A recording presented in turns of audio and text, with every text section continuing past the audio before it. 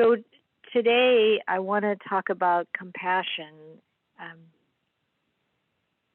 Actually, Forrest asked if we could have another session on this, and I'm not sure how long ago it was that we had any discussion about it, but today I really want to consider how to cultivate compassion, what really evokes compassion for us, and maybe some of the nuances around how it relates to other qualities and how it informs our greater practice. So first, I think a worthwhile reflection is how compassion arises in the heart. And it's different at different times, I know for myself. And I feel like over the years there's been a development of, or a sensitivity developing around compassion. And it's useful to reflect upon what has been involved in that. So for yourself, considering, like, what is the part that compassion plays in your life, in your practice, in the way that you interact with other people, in the way that you take in the teachings. The Buddha talked quite frequently about compassion as the reason for teaching the Dhamma. Out of compassion, he practiced in a very strict way because he wanted to set a good example that people would remember years later. He's a fully enlightened Buddha, and he's still doing the same things to practice in the forest. And he said he did it out of compassion for future generations. And also one of his disciples, Mahakassapa, he was such a tough, austere monk. And when he got old, the Buddha said, come out of the forest, come stay here near me, and, be a little easier on yourself. I mean, I know at age 67 here, I'm in the forest. It's not all that convenient. It's not roughing it either. I appreciated Bethany's clarification on that recently, because it's true. We have, what we need to be comfortable enough. And yet, as you age, it gets harder. And so, when the Buddha said this to Mahakassapa, he said, no, I'm going to keep up these austere practices because I have compassion for future generations. I want them to remember this and to be encouraged in doing this too. So that's one aspect of compassion that we might not think about, that, the way we conduct ourselves in the world and the way we interact with people, if we are, sort of tempted to let things slide in certain ways, and I don't mean being like rigid or strict, or certainly not harsh with ourselves in our practice, but sometimes we are able to go the extra mile because of someone else more than we can for ourselves, and to think in terms of how, even when we think people don't really see this or know this, or it doesn't matter to them, we might not be, that may not be the case. People do notice how other people behave and act and live, and that we can think in terms of the benefits if we're doing that in a good way, that go beyond the immediate result. So we can do these things out of compassion. And when I reflect upon, what has helped compassion to grow in my own life, one of the things certainly was the years I spent involved in Buddhist global relief. Just having that opportunity to read about the projects, like as a board member, the responsibility was to take in these project proposals and read about them and understand what's happening with people and what their needs were and what these organizations who are working on the ground were able to do or what their plans were in order to try to address the problems with food insecurity. So in case you don't know, Buddhist Global Relief's mission is to try to relieve chronic hunger and malnutrition. And they do it in many places around the world. So there are many different situations, and they do it through 4 means. It's not just providing food, which sometimes is what happens, especially in an emergency basis or for a particular group like the children in Haiti, where it's been a long-term effort, but they need direct food aid. And some of these children walk 5 miles for that one meal a day. And that's their food source.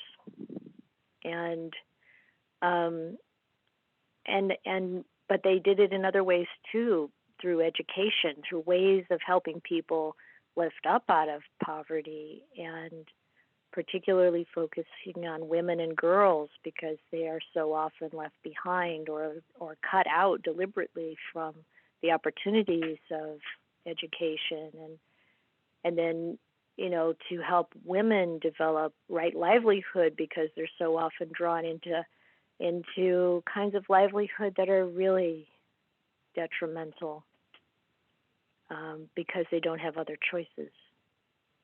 And then also working with farming and sustainable agriculture and food storage that's more sustainable. So the point is, reading these proposals, projects, learning about these populations, understanding what's happening with them, this is all a tremendous help to developing compassion.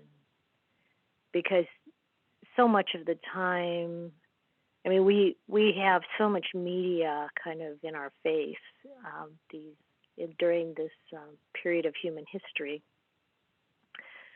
that a few things can happen. One is we get inured to the sensationalism of the mainstream media, and we can just kind of build up defense mechanisms to block it out, right?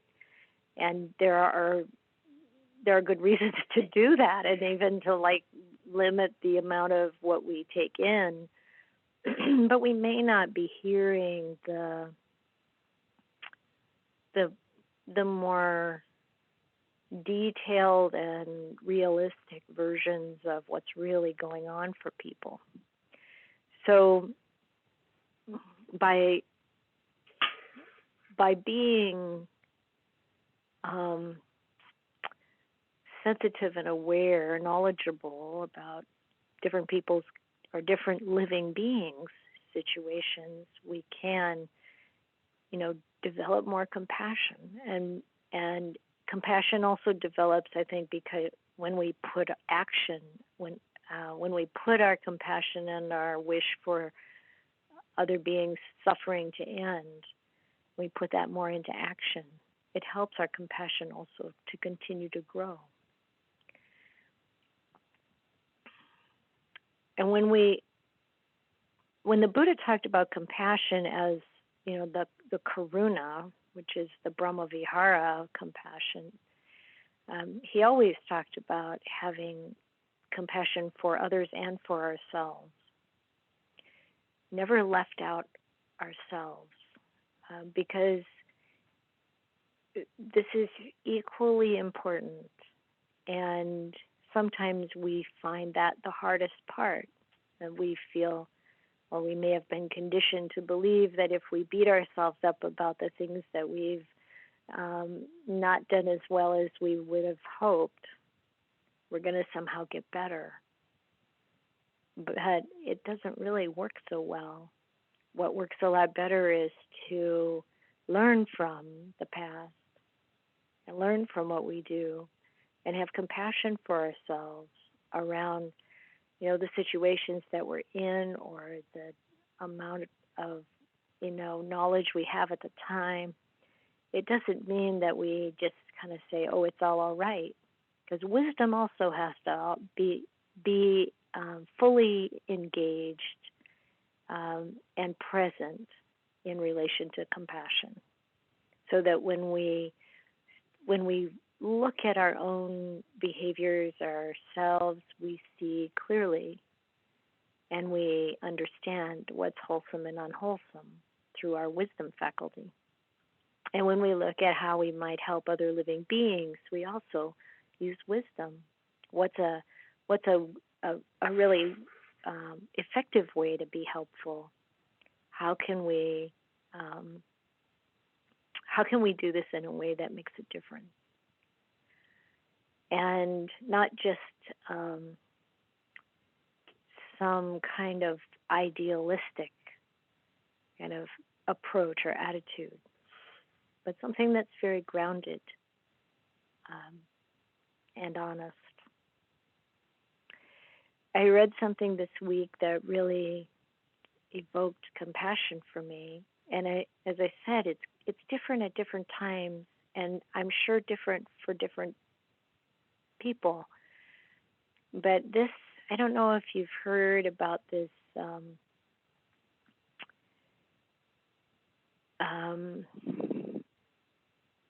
program. It's one of the things that's been going on, of course, everyone knows, is people trying to get vaccinated for COVID. And a man named Mukesh was trying to get appointments for his parents to get vaccinated. This was at least a couple of months ago, I think. And he found it incredibly hard because I don't know if you had this experience, but here in the Bay Area, in the San Francisco Bay Area, there's been a very high demand for vaccine and a real shortage over the past couple of months. And it's been a little hard getting the vaccination process rolling. And he had the experience, which I had too, of you go to a site, whether it's a pharmacy or it's your healthcare provider's network or whatever, and they give COVID vaccinations, but then you get online and you fill out this form, like 3 pages of stuff to answer, to find out that they don't have any vaccine or appointments. And so he went through this numerous times for his parents to try to find a place where he could take them to get vaccinated. And he decided, I'm going to write a program that goes to these different sites and gathers the data of how many shots they have available, and I'll put that up on this channel, creating a channel on Telegraph, which I knew nothing about Telegraph before someone told me about this. I guess it's an app, but it's like this method for posting where shots are available. And so this program would go out once an hour and collect information from like 20 different sites, or I guess maybe more by the time. Now there are 200 vaccine locations in the Bay Area that get polled, and also a very, very increased rate of when they get polled electronically, and the information gets posted like, oh, these are the Safeway locations that have vaccines, and this is how much they have is often included. And then when you get on the site, you can pick that location, and you can actually get an appointment. So this is what Mukesh was doing. And I saw a little interview with him, and he has been doing this just out of the goodness of his heart. So he created this thing so that other people wouldn't have to go through the same challenges he did getting vaccinations for his parents. And he's not, well, of course, from our perspective, knowing the Dhamma, knowing how karma works, we know he's getting benefit. But from the worldly perspective, he's not being paid or anything for this. It's just this beautiful thing. And once in a while, he'll write a message like, okay, there are so many people wanting so much activity on the channel that I'll update. So now that the vaccination announcements get updated much more frequently, and there are something like 27,000 subscribers. And this is just in the Bay Area. Anyway, I was touched by what he did, what he's doing. And then I just read this post that he made. He said, just a gentle appeal to everyone. I've put in my personal time and resources to create this channel to help the community, but I alone can only do so much. I need your help. If this group helped you get vaccine appointments for yourself or a loved one, please consider donating to help people in India. The situation is very dire in India. As of writing this message, 2 people are dying in India every second, and this number is likely underreported. Over 500 million people, 1.5 times of the whole U.S. population, are estimated to be fighting COVID infection at this moment. India has been a good global citizen and shared the vaccines and medical drugs with other countries when they needed it most. Now that the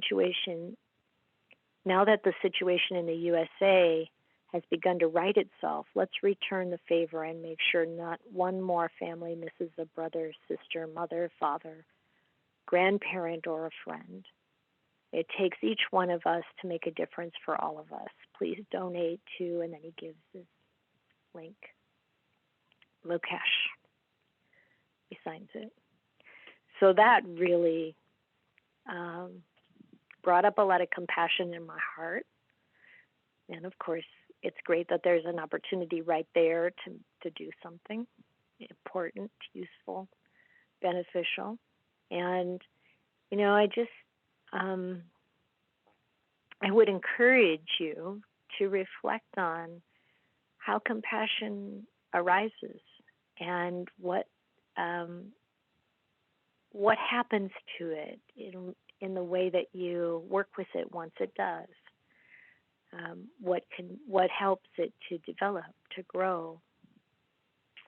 And one of the things that I hope you don't mind, Forrest, but one of the things Forrest mentioned to me was that compassion has a hopeful quality to it. And this is an interesting reflection too.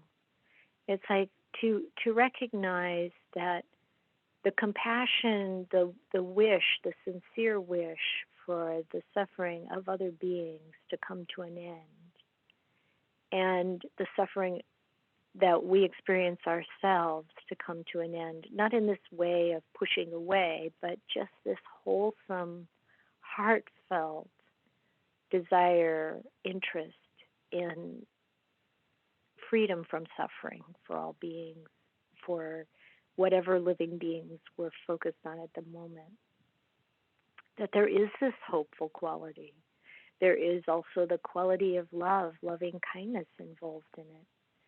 And that, the hope, I think, comes because we know there's a way out of suffering.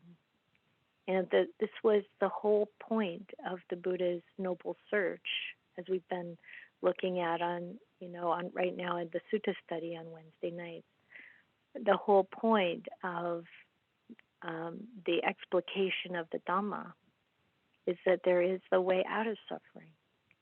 It doesn't come, from relieving hunger in the world.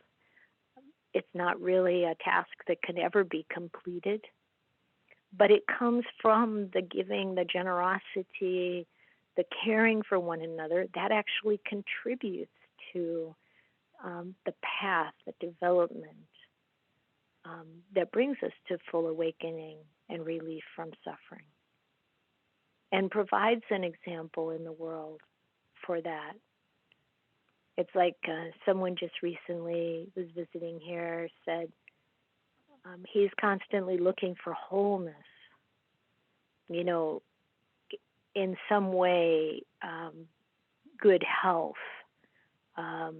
maybe wholeness through a relationship or a meaningful work or whatever, and it's impossible to find wholeness in the world, in samsara. But then he said, having the compassion for others, experiencing that, and compassion isn't the only quality. Others as well, other wholesome spiritual qualities as well. He said that's where the wholeness is. The wholeness is in that fullness of the heart, knowing that there's nibbana, reflecting upon that, helping each other see the truth of the way things are more clearly, relieving the sort of mundane physical material suffering to a degree that helps us be able to pick up the greater search, the noble search of freedom from desire. Because there does need to be a certain level of stability in the world, I think, for that. Like the Buddha, he talked about the 4 requisites. It's pretty basic, like for monastics, the robes that at the most basic level can come from castaway cloth that you just wash and dye and sew together. Alms food, whatever someone puts into your bowl. He said the most basic shelter is at the root of a tree. The most basic medicine, fermented cow's urine. But these are requisites. Everybody needs food, clothing, shelter, medicine. If we can provide that to the degree where then the mind is free from having to just constantly focus on that basic need, then there's the opportunity to go farther. So I think the part that I want to fold into this a little bit more before ending my comments is the part that brings joy. Even though there's suffering, even though we're looking at putting attention on that suffering, with the heart full of that kind of love, care, compassion, what we feel, like I said, there's the wholeness right in that. And what we feel is uplifting, not downpulling. If our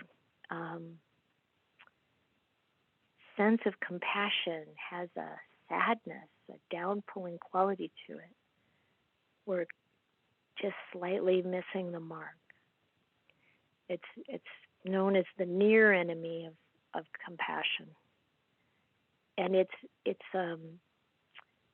we may find ourselves sometimes drawn into the suffering that we see or are experiencing. But then using mindfulness, using the teachings of the Dhamma as a platform, as a vantage point, you might say, for observing our own suffering and the suffering of others. That's where we find stability. And we can, even going through the hardest of times, we can have a kind of contentment, and I would even say happiness, that comes from being grounded in the Dhamma, observing, holding what's happening in context.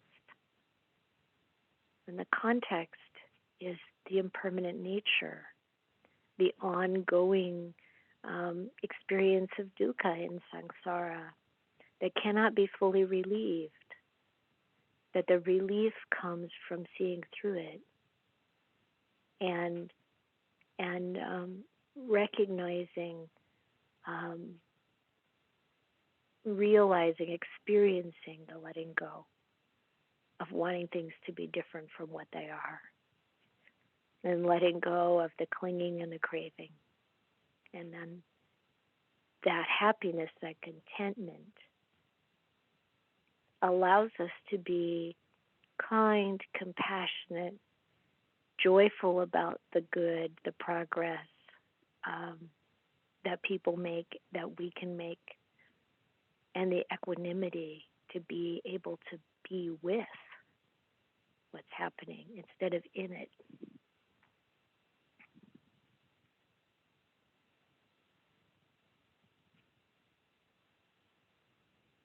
So I'm going to leave the comments there. And